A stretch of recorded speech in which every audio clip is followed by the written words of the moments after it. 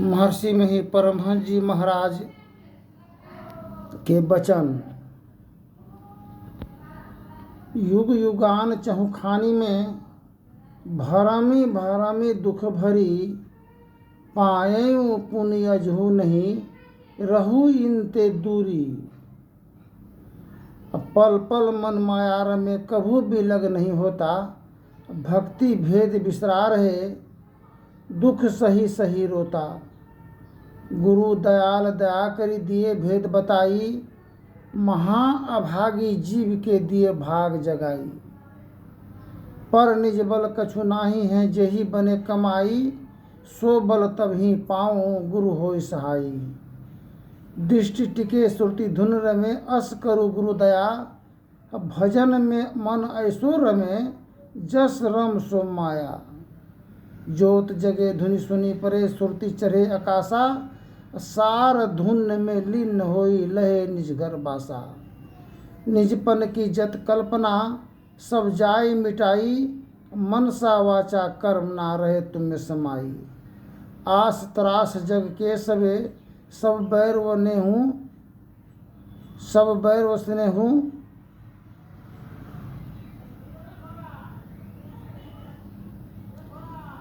स्नेह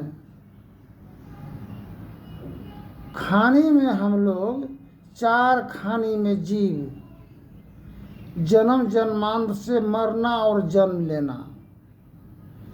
एक खानी तो मनुष्य का है, सर्वोत्तम और उत्तम खानी मनुष्य का, सर्वश्रेष्ठ खानी है मनुष्य का मानव। जब माँ के सिकम में थे तो खानी में थे, और कितना पीड़ा हुआ जन्म लेने के समय में माँ को, और पुत्र कितना कष्ट से जिस संसार में आए। एक खानी है सर्प का, जो पेट के बले चलते हैं, और ऐसा फन विष उसमें है जो मुंह थकचैया होता है, मुँह में लाठी लगता है उसको, मुंह थकचा होता है विष के कारण। एक खानी है पक्षी जो उड़ते हैं ऊपर। एक खानी है पशु जो चार पैर के बल चलते हैं। तो उत्तम श्रेणी मानव का है, और मानव दुख के दलदल में पड़ा है, और यह निकलने के लिए जानता ही नहीं है कि हम इससे कैसे निकलेंगे। बंदर पकड़ने वाला बंदर को कैसे पकड़ता है? उसको झुंड लदिया सुराही के समान मिट्टी का बर्तन होता है घड़ा, और मुंह घड़ा का छोटा होता है।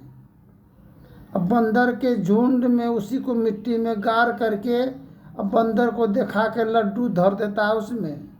अब बंदर उधर से आता है, हाथ घुसाता है और लड्डू पकड़ लेता है। और लड्डू पकड़ने के क्रम में हाथ मोटा होता है, और बंदर नहीं लड्डू को छोड़ता है और नहीं हाथ निकल पाता है। पकड़ करके बंदर पकड़ने वाला गला में सिक्कर लगा करके उसको नाच तमाशा डमरू बजा बजा करके पैसा कमाते हैं और खाते हैं, और बंदर सिक्कर में बंधा होता है। ठीक यही दशा और दुर्दशा हम लोगों का है। हम लोगों को यही संकीर्ण अवस्था में जीवन पड़ा हुआ है। ये बेटा मेरा है, उसको भर मुट्ठी पकड़े हैं। ये बेटी मेरा है, भर मुट्ठी पकड़े हैं। ये पत्नी मेरा है, ये पुत्र वधू, एवं प्रकार से सबको भर मुट्ठी पकड़ करके, और हाथ उसको नहीं छोड़ते हैं, और नहीं हाथ निकल पाता, हम लोग उससे उबर नहीं पाते हैं। और सदैव जीवन भर हर प्रकार की दंगा और फसाद विवाद में मार पछाड़ करते हुए कुत्ता और पशु के भांति जीवन का अंत गति को प्राप्त होता है मानव का। एक पिता पुत्र, पिताजी सोचता था मन में क्या करेंगे, रख करके बाल बच्चा में लगाते गए, कमाते गए, खटते गए, दिलो जान से पढ़ाई लिखाई बर बीमारी एवं प्रकार से अपना नहीं रखा कि 150 टका करके बैंक में रखेंगे, 1000 2000 5000 10,000 होगा जमा, तो एक दिन आगे बीमार पड़ेंगे तो कोई मुसीबत समस्या होगा तो देखा जाएगा उसमें। किंतु बाल बच्चों के परवरिश में और कर्ज ही हो जाता है और बचता ही नहीं है। करत करत अभ्यास जरमति होत सुजान, रसरी आवत जात सिल पर परत निशान। हाथ में ठेला पड़ गया, पाँव में ठेला पड़ गया, आँख का रोशनी चला जाता है, दांत सब ठो झड़ जाता है, कान सुनना बंद कर देता है, शक्ति काम करना बंद कर देता है। किंतु आशा, ऐसा आशा लगा होता है कि हमको एक दिन बेड़ा पार हो जाएगा, कर देगा सभी को मिल के। जब अंत समय जब होता है, जब सब कोई उसको घर से बहिष्कार करते हैं, अपमान और बदनाम करके, तब उसको सब समझ में आता है, आए हैं सो जाएंगे राजा रंग फकीर, कोई सिंहासन चढ़ चले, कोई बंधे जाएंगे जंजीर। एक पुत्रवधू जलील इतना किया ससुर सास को, जो उसी का कमाया हुआ धन अर्जन उसी को चोर कहता था, क्योंकि बेटी है लगा हुआ साथ में कि बेटी को नहीं दे दे। जब पुत्रवधू आई तो उसका कानून नियम लागू होता है। अब बेटी के लिए, बेटा है छोटा है तो उसके लिए बंदिश किया जाता है, अपने हाथ में सत्ता लेकर के। सभी कोई जब उसको तंग होने लगते हैं, अंत में तिरस्कार, अपमान और बदनाम का सामना करना पड़ता है। नहीं होता है तो अलग ही रहने लगती है। अलग रहने पर भी माता पिता को चैन नहीं है, सब बाल बच्चा को ठेल देगा कि जो ददे दादी लंगा खई हैं। अब मारपीट करता है तो उसमें भी जाता है, दादा दादी बचाने के लिए उसमें भी फज्जत हो जाता है। इसलिए संत सदगुरु कबीर साहब की वचन है, देवी देव भूतन की पूजा, चेतन जीव विसार, और बेसिया पूत पिता को ना चिन्हा, कैसी गई जग की सारी मति मार। हम लोग पूजा विनती प्रार्थना करते रहते हैं, सदैव जीवन भर करते रहें, किंतु ये दुर्गति का नाश और हुआ ही नहीं तो जीवन का विकास कहाँ से होगा। हर मानव जीवन संभवतः यही उलझन में पड़ा हुआ होता है कि इसलिए संत सदगुरु कबीर साहब कहे हैं, घर में जोग भोग घर ही में, घर तजी बन नहीं जेबे, बन को जाए कल्पना उपजे तब दो कहाँ समय वे। बाहर जाते हैं घर परिवार छोड़ करके, तंग हो करके, दूसरे की अन्न पर आश्रित होते हैं, टहल बजाते हैं, सत्संग करते घूरते हैं, खाते हैं। और एक दिन एक बाबा बीमार पड़ गया, पेट में पथरी था, इलाज नहीं हो, कितनों पैसा लगा दिया, किंतु इलाज ढंग से नहीं होने के कारण डॉक्टर को कहता है कि हमको जहर का इंजेक्शन दे दीजिए, हम मर जाएंगे, ऐसा जीवन जीना व्यर्थ है। ये तो पीड़ा अति संवेदनशील पीड़ा है, ये सहन नहीं हो रहा है। मरने के लिए चाह करने लगे।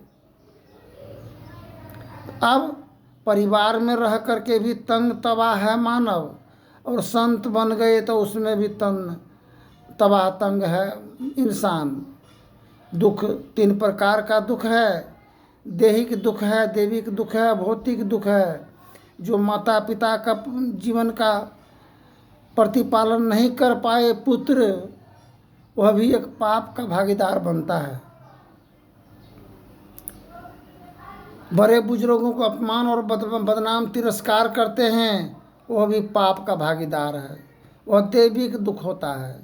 जो नशा पानी खा करके परिवारजनों का उत्तरदायित्वों का निर्वहन नहीं करने में असमर्थ होते हैं, सारे ही पैसा नशा में लग जाता है और बाल बच्चा ठिकुर करके ठंडी में दवाई के बिना दम तोड़ देता है। इससे होता है दैविक दुख, देहिक दुख, भौतिक दुख। प्रारब्ध में माता पिता दुर्जन थे, कसाई थे, अपने पति को छोड़ करके परपुरुषगामी स्त्री जिसका, और पिता भी अपनी स्त्री को छोड़ करके पर स्त्री गामी के बाल बच्चा अधोगति में जीवन उनका प्राप्त होता है और दर दर की ठोकर खाता है। चारों तरफ उसका मान हनन का सामना करना पड़ता है। इसलिए सज्जनों, हम लोगों को जीवन बहुत अनमोल रतन धन मिला मानव जीवन, और हम इसको पा करके एक दूसरे की प्रति सहानुभूति, श्रद्धा, प्रेम, आदर और मान सम्मान नहीं करते हैं। आज भी वक्त है, जब भी जागो तभी सवेरा। हम घर के परिजनों को अपमान और बदनाम और तिरस्कार करके, हम घर का आदमी इज्जत देता है हमको, हम इज्जत देंगे दूसरे को, तो घर में बचेगा क्या। आंगन घर में टट्टी लगाने की दीवार दिया जाता है कि ताकि मेरा सहोदर भाई एक साथ जनसमूह में थे, किंतु जब दुल्हन घर में आई तो टट्टी लगाने की आवश्यकता। धन्यवाद। जय हिंद, जय भारत। आगे की प्रसंग बोलेंगे।